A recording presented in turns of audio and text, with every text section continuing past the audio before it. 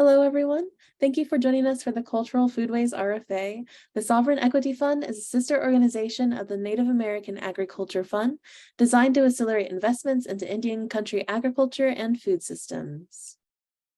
Next slide, please.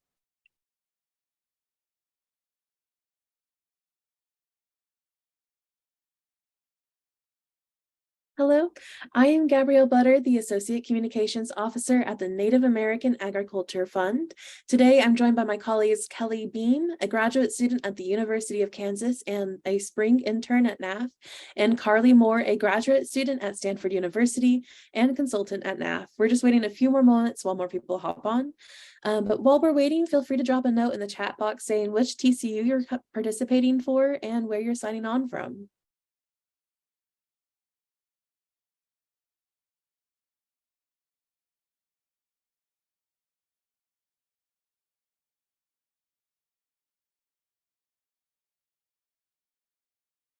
So before we get started, I just wanted to lay out a few things on how to navigate a Zoom webinar. Next slide, please.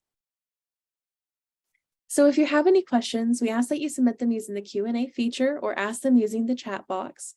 We will try to answer all of your questions in the time allotted, but if we don't get to your question, we will be updating our FAQ section on the Sovereign Equity Fund's website. We also ask that you have any additional question, please email grants@sovereignequityfund.org. And if you experience any technical issues throughout the meeting, please describe your issue in the chat box and I will keep an eye out for those. Finally, I'll pass it over to Carly to start off the Cultural Foodways RFA webinar. It's so good to see everyone here. Thank you, Gabrielle. Hello, everyone. As she said, my name is Carly Moore. I'm Lumbee of the Lumbee Tribe of North Carolina, and I'm talking to you now from the San Francisco Bay Area in California. We're excited to share with you the Cultural Foodways Fund, a partnership between the Mellon Foundation and the Native American Agriculture Fund, established this year in support of tribal colleges and universities and their efforts to promote the artistic and humanistic aspects of Native agriculture and food systems. As Gabrielle said earlier, the Cultural Foodways Fund will be administered by the Sovereign Equity Fund, a sister organization of the Native American Agriculture Fund, but an independent one. Next. So just an overview of the Cultural Foodways Fund. This opportunity is open exclusively to tribal colleges and universities or their TCU-led 501c3 foundation.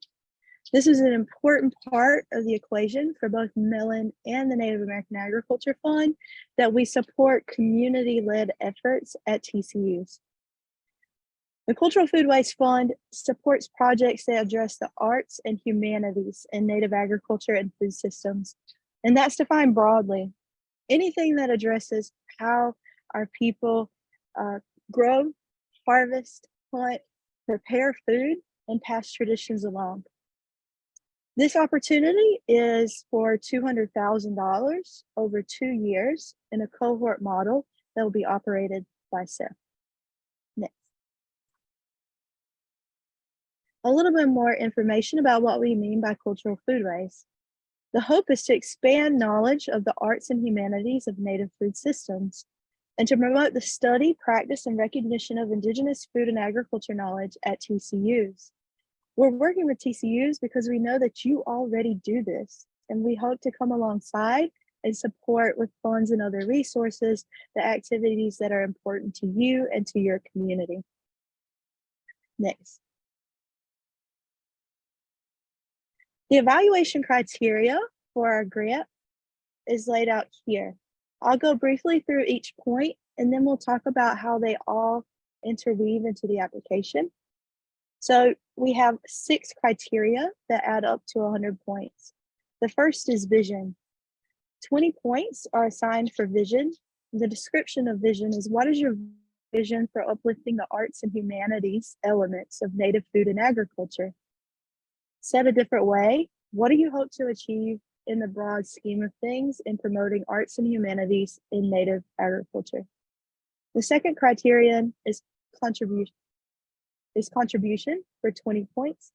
How do you seek to contribute to cultural foodways in the community? i.e., what will be your outputs and your outcomes? In other words, what deliverables or hard or soft items will you be able to point to that you've developed or enhanced throughout the grant? The third criterion to discuss is plan for 20 points. How will your project plans, i.e. the activities and the timeline, lead to your intended contribution? So you've told us about the vision, you've told us about what you want to make or do, and then we're also in this area asking for what's your plan? How are you going to use the $200,000 over 2 years to make that a reality? The next part that might be the most important is team for 20 points. How is your organization, your TCU or your TCU Foundation, and any partners you may identify, specially situated to carry out the project plan and achieve the vision? This is where you get to brag on each other and on your community and talk about all your past accomplishments and all the capacity that you have to make this project a reality. Finally, we have two elements that we think are very important to the sustainability of the project. The first is longevity for 10 points. How will you build a foundation for continued work? So while we're thinking about the next 2 years and how you can impact the arts and humanities of Native foodways in your area, what else can you do to try to make sure that this work lives on even when the final report is completed? And finally, evaluation for 10 points. How will you evaluate your implementation and measure the impact that your activities have? This is really important so that we can continually improve and create a stronger foundation for future work. Next. Okay, we just wanted to talk about these in another way and tell you a little bit about how we'll be looking for it in the application. So the evaluation criteria really starts with your team. You know, who have you assembled to do this work? And that's people who are employed by the TCU, people who you wish to partner with in other entities like 501c3s, other educational organizations, tribal nations and their instrumentalities, etc. And then also your community members who you might call on to share knowledge or to help in the activities. So it starts with your team. And then from there, you set a vision. What is your objective? What are the overarching aims that you hope to accomplish with $200,000 over the next 2 years? From that vision flows the plan, a step-by-step detailing of how you will reach that goal. And then finally, the contribution, also known as the deliverable or the output, what you will be able to point to say that this project is complete. And then also along the way, we have longevity and evaluation as we discussed before. Next. Okay, so just a snapshot of what is included in the application. I want to share with you that we really hope to make this a streamlined and simple, straightforward application, and we welcome your feedback and input along the way. The core parts of the application are eligibility information, so sharing with us that you are a TCU or a TCU-led foundation, your geographic information, which is not included in the evaluation criteria. There are no priority points for one area over the other, but it's good for us to know who your community is and where you seek to serve. The proposal, which consists of the work plan, the narrative, and the budget information. The work plan is the part of the evaluation criteria that we referred to earlier as a plan. So what's going to happen in month 1, month 2, all the way through the end of the project. The narrative is how you weave it together through storytelling to help us see the bigger picture of the vision and what you hope to make possible through this opportunity. And then finally, the budget information, which is really important to let us know how you wish to utilize the $200,000 over the next 2 years to see your dreams come true. We're also asking information about the governing body of your TCU. Hopefully this is information that's really easily accessible to share about the leadership, the board of directors or trustees if you have. Also your financial information to help us all do our due diligence in making sure that this funding will be stewarded throughout the project. And then finally, a cover letter from the signing authority of your organization that states that they're aware of this project, they support it, and that the TCU is committing to carrying it out if you are awarded. Next, please.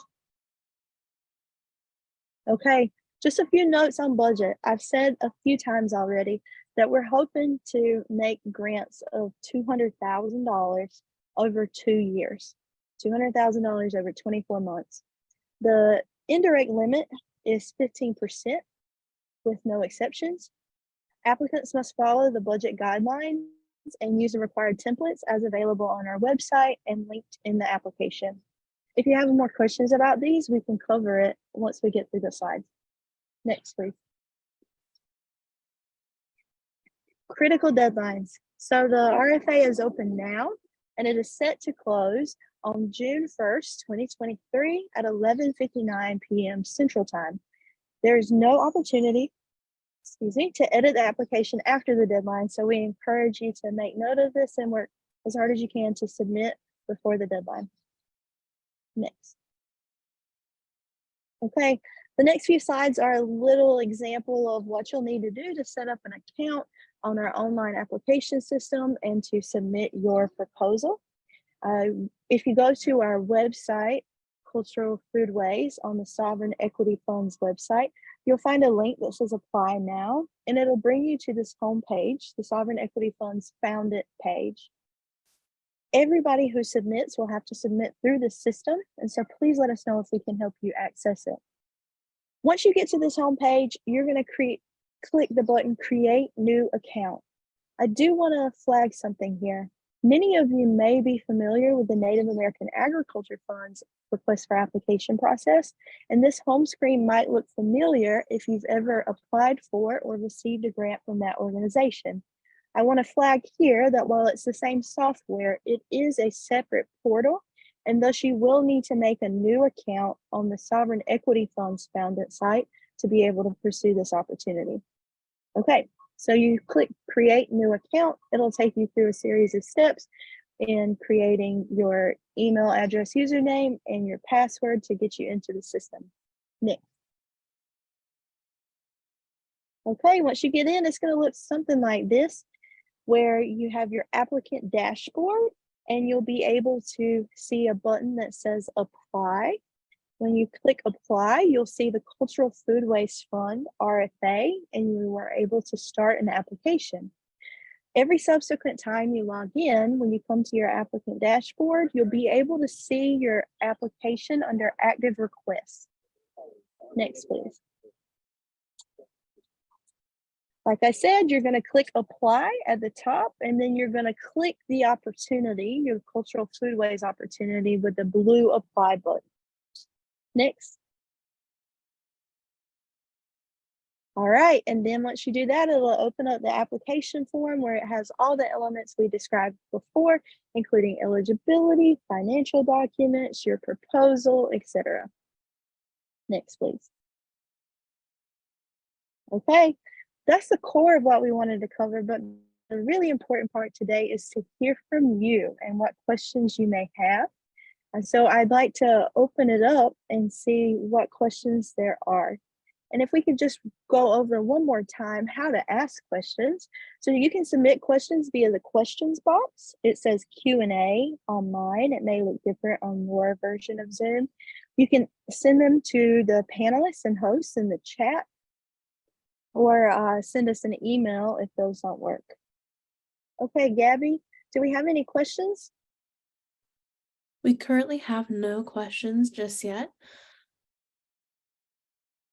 All right, we'll give folks a moment to think about what questions they have. I do want to note that I did add in the Cultural Foodways Fund into the chat, so everyone should be able to click on that and go directly to the sovereignequityfund.org and the application webpage. Fantastic.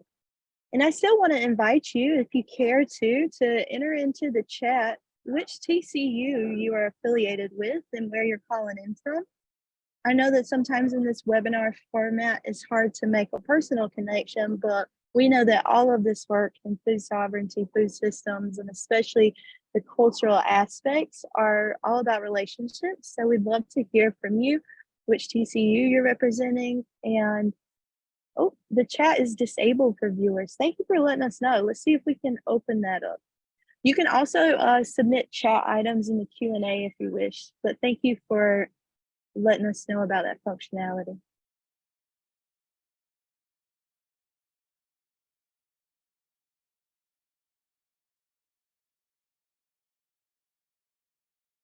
All right, I did fix that, so people should be able to chat now. Yeah, sorry about that. There's always something that pops up, and we appreciate you letting us know. Okay, while you're thinking about what questions you may have, let's just share a few other elements. Kelly, do you mind sharing the screen of the Cultural Foodways website so that we can show folks the resources they can find there? So this is the home page, sovereignequityfund.org. And as we talked about, this is a new organization. It's a sister organization of the Native American Agriculture Fund, designed to accelerate investments in Native food and agriculture. If you land on this page, then you can see at the top, Cultural Foodways Fund, if you'll take us there, Kelly.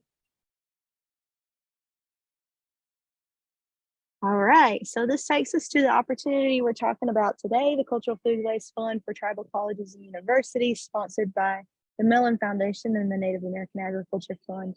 If we keep scrolling down the page, you'll see a number of resources. So our 2023 request for applications is open. To reach the online grant portal, you click Apply Now. Can you just click that for us, Kelly, so folks can see how they get there?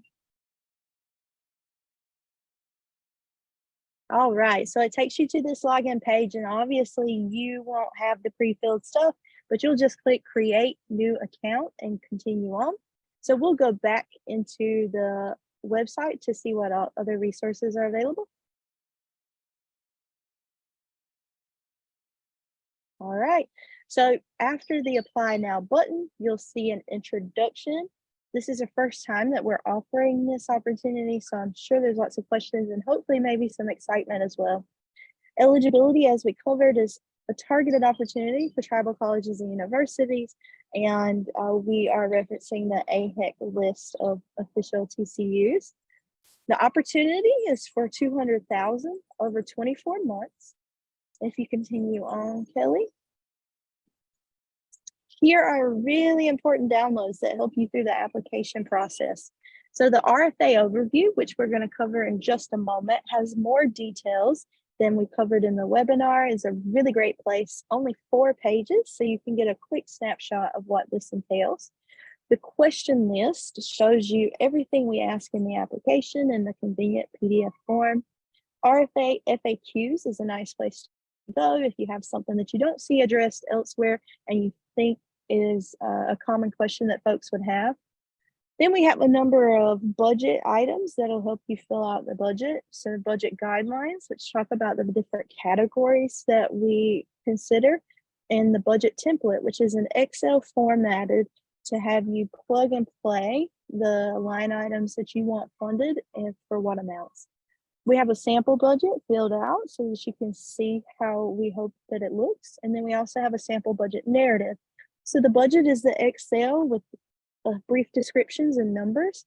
And then the budget narrative is where you write out in sentences what you want to do with the funding. And then finally, we have a founded application tutorial in case this is your first time working with the system and you'd like to get a little more information. If we continue scrolling down, you'll see our checklist, which we already covered before, of the important components of the application. And then finally, you'll see that we have 2 more webinars scheduled for this open period. Webinar number 2 on Tuesday, May 9th at the same time, 2 to 3 p.m. Central. And webinar number 3, we got 2 twos here, on Tuesday, May 23rd. And this will be a Q&A only opportunity since you'll be well into developing your application by then. You see that button register here. That's how you got onto this one, and you can register for the others as well. Okay, if you would, Kelly, take us to the Cultural Foodways RFA overview, and let's just go through that 4-page document that has all the information you need. And we still invite your questions. Apologies about the chat feature, but the Q&A is working. So please let us know. Nothing is too small to bring up. So once you open our Cultural Foodways Request for Applications overview, this is what you'll see. A lot of it is introductory language that we've already been over. So we'll just keep scrolling. I want to point out that a TCU or the TCU's foundation needs to be the lead applicant in this opportunity. It's really targeted to build capacity and opportunity for TCUs, but you may invite other entities to partner with you, including through sub-grants or sub-awardees. Let us know if you have questions about that. We'll continue scrolling. Here's a little more information about what we mean by cultural foodways and examples of what would fit here. This is work that addresses traditions, ceremonies, cuisines, language, art, storytelling, cosmologies, belief systems, customs, and ways of being intertwined with Indigenous foodways. We're particularly interested in projects that narrate a story of traditional relationships with food, culture, and values throughout Indian country. Collaborative, creative, and community-oriented projects are really sought after in this process, and you can use the funds for curriculum development, multimedia production, academic or popular publication, agricultural, ecological restoration, program delivery, network creation, capacity, skill building, or more. The scope of the work is not limited to serving the students, faculty, or staff of a TCU. You get to designate which community or communities you hope to serve through your work. We talked a bit about evaluation before, but if you continue scrolling, you'll see it laid out with guiding questions on each category. And I want to assure you that SEP will work with reviewers who have direct experience in the arts and humanities of native foodways to look through your applications and learn about your projects. Continue, please. Okay, and we have a few definitions, objectives, outputs, outcomes. Those are common terms that we see a lot, and here's how we are defining it. I also want to pull your attention to this timeline of key dates. So the RFA opened in early April and will close on Thursday, June 1st.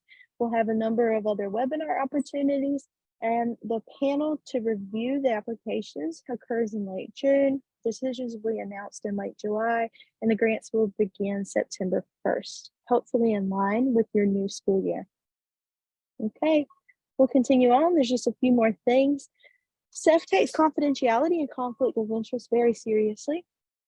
All SEF staff, reviewers, and board members have signed conflict of interest and confidentiality statements and are pledged to ensure that all applications and related information are received and reviewed in compliance with those guidelines. Everything that you share with us will be confidential and only limited to elements that are really pertinent to grant making. Continue on, please. Just a bit about grantee responsibilities. If you decide to apply and are awarded, grantees will complete a grant agreement detailing the terms of the award and a media release form to allow SEF to spotlight their work publicly. We'll work with TCUs to safeguard culturally sensitive knowledge and make sure that any promotion of your work is in line with how your community would want it to be shared. And then grantees are required to provide quarterly updates, annual reports, and a final report on the progress of the grant. Finally, you see here a contact. You can reach out for technical assistance via email or phone call, and we'll get back to you as soon as possible. Okay. I just want to invite you one more time to add any questions you may have to the Q&A. We've had one person use it so far, so I'm hopeful that it's working. But Kelly is logged into our grants at sovereignequityfund.org. So if there's any trouble at all, please let us know there. I think also I'm going to put my phone number here in the chat just to make sure, like if you're not able to use the chat or the Q&A, please give me a call right now. So we'll make sure that we get to your question.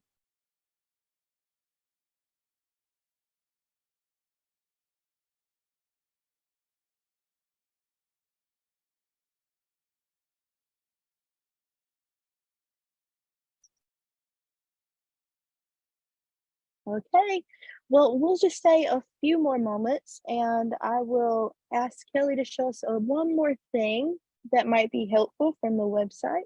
If you would, Kelly, can you go to our sample budget? As I mentioned before, our budget guidelines and our budget template are required. And so what I want to show you now is an example of what that Excel sheet looks like, and to let you know that we're here for technical assistance when filling that out.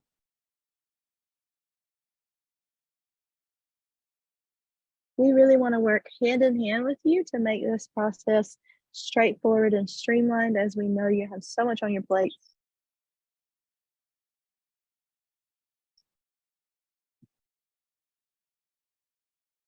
Okay, here we go. This is a sample budget, and for New Day Travel College, a name that we just filled in there. You can see that this grant is for 2 years, year 1, year 2. And if you scroll to the bottom real quick, Kelly, you'll see that it's going to total as close to 200,000 as I could get it. 199, 899, 64. And we hope that you will use as much of the 200,000 as you possibly can. If you scroll back up to the top, we'll just go over the categories one by one, give you a few examples of what could be in there. We start with personnel costs. This is for staff, both salary and wages with your organization. And you can see I put in here a traditional foods manager. We have a line for their salary and a line for their fringe. So personnel costs we know are really important, and we definitely cover those. Next, we have direct costs and multiple sub items under that. We have events, which are events that you host or events that you attend for the promotion of the activities in this grant. We have travel, which would cover mileage, airfare, lodging, meals, per diem, all of the things that come with travel. We have supplies. This is anything up to $5,000. So a single item up to $5,000 would count as a supply. For example, here, the storyline behind this budget is that this organization would be making a film about the cultural foodways traditions around planting. Okay, so we might need to buy a camera, we might need to buy a laptop for editing the film. Those are examples. We have equipment and capital expenditures. These are for items that are greater than $5,000. We have contract and consultant, which covers everything, the work that you do with folks who are outside of your entity. This is also where you might put in a sub award for another entity who's going to help you activate this grant. We have a stipend and honoraria area. We really, really value the contributions of everyone to this project and encourage you to use the stipend and honoraria section generously to recognize the contributions of the people in your community who are contributing to this work. Finally, we have printing and publications, and then other things that don't fit elsewhere. We have an area called intermediary funds, which you can use as a scholarship or a re-grant. And then finally, we have indirect costs, which we talked about earlier. Indirect costs are 15% of your personnel plus direct. Okay, well, this is just a view of what your budget may look like once you fill it out. You would also have an accompanying budget narrative that helps tell the story more than just a few words on this Excel sheet. Oh, we have a chat. Fantastic. Brenda says, can you expand on intermediary funds, please? Yes, I would be happy to. Kelly, while I'm talking about that, would you mind pulling up our budget guidelines, which has a little more detail on this as well? So intermediary funds are funds that would flow from CEF to the TCU and then to another entity. For our purposes, those would be scholarships or re-grants. I'm just going to throw some examples out there that hopefully will be helpful in contextualizing what this will look like for you. We'll scroll down to the intermediary section here.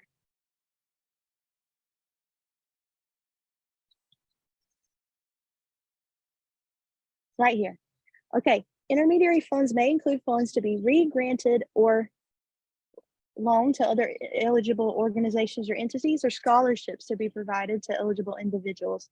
So for example, in my universe for New Day Tribal College, I would have scholarships available for storytelling fellows, people who want to learn more about how to craft a story, either in written word, oral presentation, multimedia, and those could be folks at the TCU who could get a scholarship to support their continued study and learning how to do these things to promote the arts and humanities of cultural foodways. An example of a re-grant might be that you decide that instead of doing all the work in-house at the TCU, that you want to support through a competitive process other entities in your community, so 501c3s or local high schools, to do their own work that can add up to support your vision. I hope that gives a good example. If you decide to apply for intermediary funds, we'll ask you a few questions about your experience making scholarships or re-grants, but we really encourage this if it fits in your vision. Thank you for that question, and I welcome any others.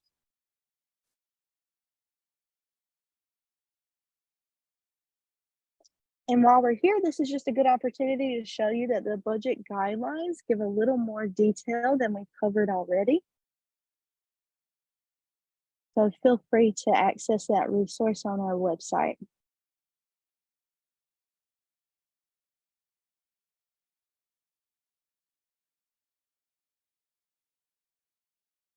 Okay, well, while we're waiting for anyone else to submit a question, let me just say that it is our honor to be able to work with you, partner with you on uplifting the work that you're already doing, and maybe leaning into new spaces where you have ideas but previously haven't had the capacity to make it happen.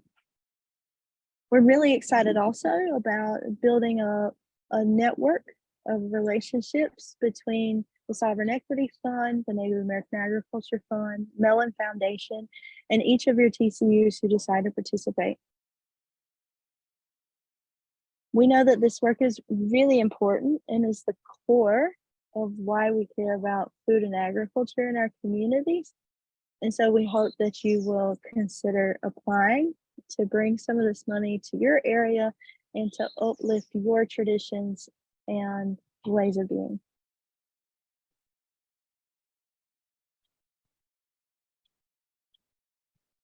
Okay, one more invitation for a question, but please know that you can always reach out to us by email and we can talk about your individual situation. I also encourage you, if you're thinking about this at all, to just go ahead and take a few moments as we get off today to create your account so that you can already have that out of the way. And when you are able to go in to see what the application looks like and to work on it over the next 6 weeks.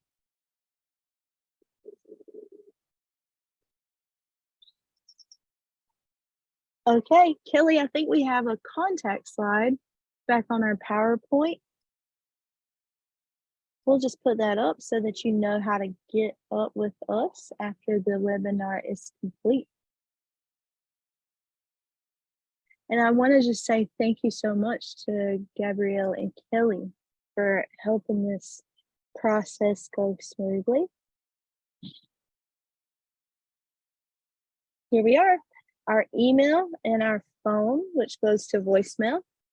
Please reach out to us, even if you're not quite sure if you're going to be able to submit. We'd love to hear from you early to see what kind of technical assistance we can provide and make sure that you have the opportunity to go through the disciplinary application if desired. Before we end, Carly, I do just want to add in a reminder. We are recording this webinar and we will also be emailing out this session to those that have registered, as well as uploading this recording to the CEF website and our YouTube channel. Fantastic. Okay, folks. Well, thank you for spending, we may have okay. Thank you, Tammy. Thank you for spending some time with us today. And please come visit us again on Tuesday, May 9th, 2 to 3 p.m. Central, or maybe shorter if there's not a lot of questions. We hope to hear from you, and we hope to see your application submitted by June 1st. Gabrielle, Kelly, anything before we leave? All right, fantastic. We wish you a wonderful spring day, and we hope to meet you soon.